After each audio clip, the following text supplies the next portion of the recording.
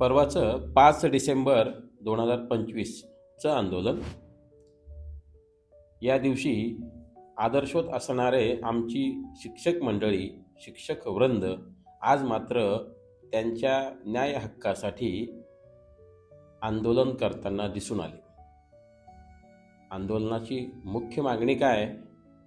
तर त्यांना माननीय सुप्रीम कोर्टाचा निर्णय 1 सप्टेंबर 2025 जो TET सक्ती करण्याचा होता त्याचा विरोध. मग हा विरोध म्हणजे काय?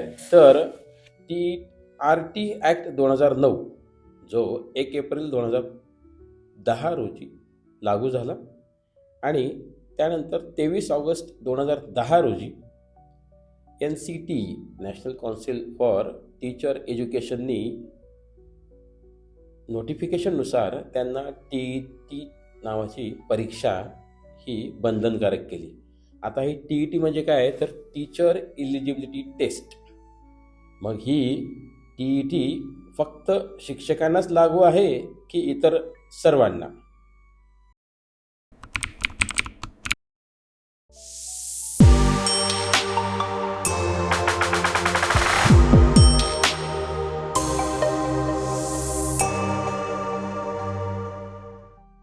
नमस्कार, मी अनिल शिवाजीराव कापडे. प्रश्न सोपा उत्तर अवघड या प्रश्नमालिकेमध्ये परत एकदा आपलं स्वागत करतो. बघा, परवाचं जे आंदोलन आणि त्यांची मागणी विचार करता TET ही फक्त शिक्षकांनाच आहे की इतर सर्व शासकीय कर्मचाऱ्यांना? हा प्रश्न समजून घेताना आपण ह्या TETचा उगम, RT ॲक्टचा उगम, RT ॲक्ट पूर्वीची परिस्थिती आणि RT ॲक्ट नंतरची परिस्थिती या टप्प्यांमधून या TETचा प्रवास बघताना असं दिसून येतं. कारण म्हणजे बघा, राईट टू एज्युकेशन ॲक्ट, शिक्षणाचा मूलभूत अधिकार, कलम 21A जे 86व्या घटनादुरुस्तीनुसार लागू झालं.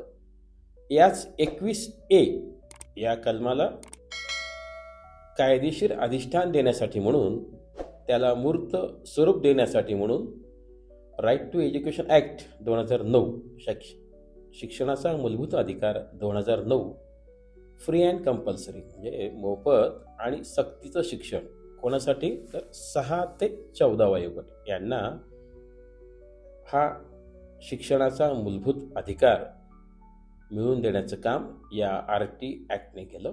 पण याच कायद्यानुसार कलम 23 नुसार NCTEची म्हणजे नॅशनल काउन्सिल फॉर टीचर एज्युकेशनची अकॅडमिक ऑथॉरिटी म्हणून केंद्र सरकारने निवड केली आणि NCTEला मिनिमम क्वालिफिकेशन काय असलं पाहिजे शिक्षकांचं या संदर्भात सूचना करण्यासाठी सांगितलं. मग याच अधिकाराचा वापर करून NCTEने पहिल्यांदा म्हणजे नोटिफिकेशनद्वारे, अधिसूचना म्हणतो आपण त्याला मराठीमध्ये, राष्ट्रीय अध्यापक शिक्षा परिषदेने 23 ऑगस्ट 2010 रोजी पहिल्यांदा शिक्षकांची मिनिमम क्वालिफिकेशन, न्यूनतम योग्यता काय असली पाहिजे हे सविस्तर सांगितलं. ती तारीख 23 ऑगस्ट 2010. हा प्रवास, कायदा तयार होणं 1 एप्रिल 2010, 23 ऑगस्ट 2010 रोजी पहिलं नोटिफिकेशन NCTEचं, हे सविस्तर ह्याच्यामध्ये सांगितलेलं आहे. त्यानंतर तिसरा टप्पा काय मिळतो आपल्याला? तर महाराष्ट्र शासनाचे वेळोवेळी निघालेले शासन निर्णय, GR म्हणतो आपण इंग्रजीत त्याला. तर हे सर्वात महत्त्वाचा GR कोणता असेल तर 13 फेब्रुवारी 2013चा पहिला GR. बघा, म्हणजे ही TET जर विचार केलं तर या 3 टप्प्यातून दिसून येते. सेक्शन 23, सबसेक्शन 1, सबसेक्शन 2, नंतर 23 ऑगस्ट 2010चं नोटिफिकेशन आणि 13 फेब्रुवारी 2013चा शासन निर्णय. मग TET ही RT ॲक्ट पूर्व कितपत योग्य किंवा नंतर लागू करणं योग्य आहे, व्यावहारिक आहे, त्याच्यात मतांतर भिन्नता दिसून येते. बघा, 90च्या दशकात जर आम्ही विचार केला तर असं दिसून येतं, लातूर पॅटर्न नावाचा एक शब्द जो की पूर्ण महाराष्ट्रभरच नाही तर पूर्ण देशात त्यांनी खूप नाव कमवलं होतं. त्याचेच आम्ही विद्यार्थी. त्या काळामध्ये लातूर पॅटर्न हा फक्त 10वी 12वी पुरता मर्यादित नव्हता, तर तो 4थी स्कॉलरशिप असेल, 5वी नवोदय परीक्षा असेल किंवा मग 7वीची स्कॉलरशिप परीक्षा असेल, सगळीकडंच नाव चालायचं ते लातूर पॅटर्न्स. लातूर पॅटर्न म्हणजे काय, तर शिक्षकांनी केलेली अहोरात्र मेहनत आणि त्या मेहनतीला विद्यार्थ्यांनी दिलेला प्रतिसाद, आपण इंग्रजीत रिटर्न गिफ्ट म्हणू, आपण सोप्या भाषेत लातूर पॅटर्न हा होता. मुख्य जे काही यश मिळायचं त्यामागे खरे जर पात्र जर कोणतं असेल तर शिक्षकांचं. असं हे शिक्षकांची भूमिका विद्यार्थ्यांच्या जीवनात अनन्यसाधारण आहे. पूर्ण श्रेय कोणाचं, तर फक्त आणि फक्त शिक्षकांचं आणि त्यांच्या संस्कारांचं. असं म्हणतो आपण, मुलगा घडवण्यामध्ये जर आईवडिलांचा सहभाग असेल तर तितकाच सहभाग म्हणजे तो मुलगा जेव्हा शाळेत विद्यार्थी या भूमिकेत येतो त्यावेळेस त्याला संस्कार करणारा एक वर्ग म्हणजे शिक्षक. आणि हाच विद्यार्थी ज्यावेळेस घडतो तो एक चांगला नागरिक म्हणून आपल्याला दिसून येतो. मग 90च्या दशकातील जर कागदोपत्री आपण पाहिलं तरी शिक्षक वृंद जे होते ते काही असं समजतं की त्यांना TET टीचर्स एलिजिबिलिटी टेस्ट नावाची परीक्षा काही नव्हती. पण ते गुरुजी मात्र आज त्यांनी घडवलेली पिढी आज यशस्वीपणे योग्य जबाबदाऱ्या पार पाडताना दिसून येते. म्हणजे म्हणतो ना आपण की गुणवत्तापूर्ण क्वालिटी एज्युकेशन, गुणवत्तापूर्ण आणि दर्जात्मक असे दोन शब्द नेहमी दिसून येतात, गुणवत्तापूर्ण आणि दर्जात्मक. मग 90च्या दशकातील गुरुजींनी केलेलं कार्य किंवा 2000 पर्यंत म्हणू आपण किंवा नंतरच्या काळामध्ये हे खरंच अनन्यसाधारण आहे. म्हणजे विदाऊट TET असणारे शिक्षकसुद्धा तेवढीच संस्कारक्षम पिढी निर्माण करतात हे तितकंच खरं आहे बरं का. बरं, थोडा आपण TET पूर्व परिस्थिती पाहिली. मग आपण आता ह्याच्यामध्ये महत्त्वाचं काय सर्वात, तर याच्यामध्ये माननीय सुप्रीम कोर्टाचा जो 1 सप्टेंबर 2025ला जो निर्णय आला, म्हणजे खंडपीठाचा माननीय 2 जजेस त्याच्यामध्ये होते, तर या द्विसदस्यीय खंडपीठाने जो काही निर्णय दिला त्यामागचे त्यांच्यापुढे 2 प्रश्न होते. त्यांच्या जजमेंटचा जर आपण सविस्तर अभ्यास केला तर असं दिसून येतं खरं म्हणजे की त्यांच्यापुढे इश्यूज म्हणतो आपण कायदेशीर भाषेमध्ये, what are issues before honourable supreme court. तर whether the state can insist that a teacher seeking appointment in a minority education institute must qualify TET. म्हणजे त्यांना मायनॉरिटी एज्युकेशन सोसायटीमध्ये असणाऱ्या शिक्षकांना TETची गरज आहे का, पहिला प्रश्न. आणि दुसरा प्रश्न इंग्रजीत म्हणतो आपण, whether teachers appointed much prior to issuance of notification NCTE for teacher education under section 23, आत्ता जे आपण भाष्य केलं, वेदर इज इट नेसेसरी, म्हणजे इज इट नेसेसरी. म्हणजे माननीय सुप्रीम कोर्टाकडे 2 मुद्दे होते. मायनॉरिटी एज्युकेशन इन्स्टिट्यूटमध्ये असणाऱ्या शिक्षकांना TET लागू होते का, आणि दुसरा प्रश्न होता तो RT ॲक्ट पूर्व, RT ॲक्ट म्हणण्यापेक्षा आपण म्हणू 23 ऑगस्ट 2010 ज्या दिवशी हे नोटिफिकेशन निघालं NCTEचं, त्याच्या अगोदरच्या शिक्षकांना TET बंधनकारक आहे का.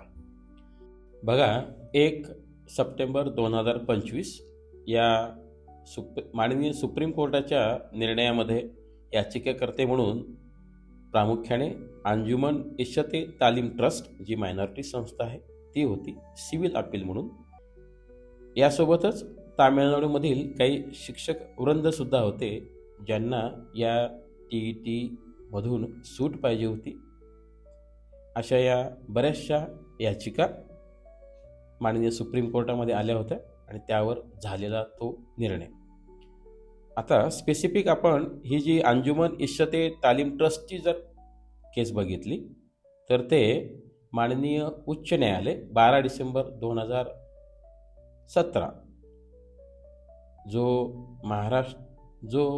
महाराष्ट्र शासन निर्णय 13 फेब्रुवारी 2013चा जो निर्णय होता त्यांना चॅलेंज केला होता. म्हणजे महाराष्ट्र शासन निर्णय 13 फेब्रुवारी 2013 याच्या विरोधात त्यांनी स्पेशल लीव्ह पिटिशन दाखल केली होती माननीय सुप्रीम कोर्टामध्ये आणि तामिळनाडूतील शिक्षकांनी. अशी या अनेक याचिका सिव्हिल अपील म्हणून निर्णयित झालेल्या आहेत. बरं, याच्यामध्ये बघा खरं म्हणजे आपण महाराष्ट्र शासनाने जे वेळोवेळी निर्गमित केलेले GRs आहेत त्याच्यामध्ये 13 फेब्रुवारी 2013चा एक GR आहे प्रामुख्याने सुरुवातीचा आणि त्यानंतरचा 6 मार्च 2013चा जो की शिक्षक पात्रता डिलीट करतो, कमी करतो ती. म्हणजे असे हे महाराष्ट्र शासनाचे GR. बरं, याच्यात सगळ्यात महत्त्वाचं जर काही असेल तर बघा NCTEचा जो 23 ऑगस्ट 2000ची नोटिफिकेशनमधील जर परिच्छेद क्रमांक 4 आणि 5 जर पाहिला तर तो खूप महत्त्वाचा आहे. बघा मी जशाच तसं त्याचं वाचन करतो. खरं म्हणजे teachers appointed before the date of this notification, याचा अर्थ हे नोटिफिकेशन आहे 23 ऑगस्ट 2010चं. पॅरा क्रमांक 4, आय रिपीट परत एकदा सांगतो, पॅरा क्रमांक 4 मध्ये बघा the following categories of teachers appointed for classes 1 to 8 prior to date of this notification need not acquire the minimum qualifications specified in para 1. आता पॅरा 1 मध्ये 12वी DED आणि TET सांगितलंय. इथं क्लिअर कट त्यांनी असं सांगितलेलं दिसून येतं. परिच्छेद 4 मधला ए जर क्रमांक बघितला, a teacher appointed on and after the 3 September 2001 the date on which the NCTE minimum qualification regulations 2001 came into force in accordance with that regulation. म्हणजे याचा अर्थ काय, 3 सप्टेंबर 2001 ते 23 ऑगस्ट 2010 पर्यंतचे शिक्षक यांना यातून सूट दिलेली दिसून येते. बरं, पुढचा एक पॅरा बघा, 5वा पण तितकाच महत्त्वाचा आहे. पॅरा 5 म्हणजे परिच्छेद 5, a teacher of class 1 to 5 para 5 हा teacher appointed after the date of this notification in certain cases where an appropriate government or local authority or school has issued an advertisement to initiate the process of appointment of teachers prior to the notification. Such appointments may be made in accordance with the NCTE rules regulation 2001. बघा para 4 आणि para 5, परिच्छेद 4 आणि परिच्छेद 5 तर म्हणजे ही सूट देतो TET मध्ये. हे असं नोटिफिकेशन सांगतं 23 ऑगस्ट 2010चं, जे की भारत सरकार भारत का राजपत्र द गॅझेट ऑफ इंडियामध्ये 25 ऑगस्ट बुधवार 2010 रोजी निर्गमित करण्यात आलेलं आहे. मग हा पॅरा 4 आणि पॅरा 5 हा आणि कायद्यातील शब्दरचना आणि शासन निर्णयातील शब्दरचना यामध्ये थोडीफार खरं म्हणजे तफावत दिसून येते. कारण कायद्यातील जर शब्द जर पाहिला आपण तर सेक्शन 23 मध्ये असं म्हणतो आपण, at the commencement of this act a teacher who does not possess minimum qualifications as under section 23. म्हणजे कायद्यातील शब्दरचना आणि NCTEचे जे नोटिफिकेशन आहे त्यामधील शब्दरचना याच्यामध्ये कॉन्ट्राडिक्शन आहे, याचा अर्थ तफावत आहे. मग 2017 मध्ये जे अमेंडमेंट ॲक्ट 2009 मध्ये जी सुधारणा करण्यात आली त्यामध्ये सुद्धा तो कायदा खरं म्हणजे 2017चा जरी असला तरी it is dim to be म्हणजे त्यांना असं गृहीत धरलं की त्यांनी 1 एप्रिलपासून तो लागू झाला असं गृहीत धरलं. तर 31 मार्च 2015 ते 31 मार्च 2019 पर्यंत त्यामध्ये सूट दिली दिसून येते. थोडक्यात काय तर 9 वर्ष सूट दिली आहे असं या कायद्यातील कलमानुसार जर विचार केला तर. आणि एन सी टी ईचा जो जी आर बघितला आपण 23 ऑगस्ट 2010चा स्पेसिफिकली सांगतो. पॅरा 4 परिच्छेद क्रमांक 4 आणि परिच्छेद क्रमांक 5 परिच्छेद 4 23 ऑगस्ट 2010 पूर्व शिक्षकांसाठी आणि परिच्छेद क्रमांक 5 हा ज्यांची ॲडव्हर्टाईज निघालेली आहे, जाहिरात निघालेली आहे त्यांच्यासाठी सूट आहे असं हे स्पष्ट नोटिफिकेशन सांगतं. असं हे कॉन्ट्रॅडिक्शन आहे, विरोधाभास आहे ह्याच्यामध्ये. खरं म्हणजे त्याच्यावरती खरं म्हणजे न्याय मिळणं गरजेचं आहे. बघा खरं म्हणजे गुरुजी एक आदरणीय असणारं व्यक्तिमत्व. आपण नेहमी म्हणतो गुरु ब्रह्मा गुरुर्विष्णू गुरुर्देव महेश्वर गुरु साक्षात परब्रह्म तस्मै श्री गुरुवे नमः. हे नेहमी आपण गुरुपौर्णिमा किंवा शिक्षक दिन 5 सप्टेंबर रोजी नेहमी ऐकतो किंवा बरेच जण म्हणतात. मग अशा या गुरुजींना आज या टी ई टीच्या आंदोलनात ज्यावेळेस पाहतो आपण, साहजिकच आहे मनात वाईट वाटतं. बघा शिक्षकांना न्याय मिळणं आणि माननीय सुप्रीम कोर्टाचा निर्णय यामध्ये सुवर्ण मध्य साधणं हे कसं करता येईल याकडं माननीय केंद्र सरकारने हा मुद्दा सहानुभूतीपूर्वक हाताळला पाहिजे. कारण काय तर महाराष्ट्र सरकारचे बरेचसे विधान परिषदेतील वाक्य जर पाहिले सगळ्या आदरणीय जबाबदार व्यक्तिमत्वाचे, तर ते असं म्हणतात की हे महाराष्ट्र सरकारच्या अखत्यारीतला विषय दिसून येत नाही. मग हा विषय केंद्र सरकार अर्थात संसदेने हा सहानुभूतीपूर्वक जर हाताळला, 2 पर्याय असू शकतात. एकतर माननीय सुप्रीम कोर्टामध्ये याच्यामध्ये रिव्ह्यू पिटिशन दाखल करणं किंवा मग कायद्यामध्ये दुरुस्ती करणं. दुरुस्ती म्हणजे काय तर कलम 23मध्ये जसं प्रोवायझो म्हणतो आपण, एखादं प्रोव्हिजन करणं जे की 1 एप्रिल 2010 पूर्वीच्या शिक्षकांना दिलासा देईल आणि हे आदर्शवत असणारे आमचे गुरुजन गुरुजी सर यांना न्याय मिळेल. खरं म्हणजे प्रतिज्ञा म्हणताना आपण म्हणतो मी माझ्या पालकांचा गुरुजनांचा आणि वडीलधाऱ्या मंडळींचा मान ठेवेन. असे हे आदर्शवत असणारं व्यक्तिमत्व म्हणजे आमचे गुरुजी. मग सहजच मनात प्रश्न पडतो, अशीच पात्रता परीक्षा इतर शासकीय कर्मचाऱ्यांना का नाही? हा प्रश्न मात्र अनुत्तरितच राहतो. बघा, विचार करा. जय हिंद.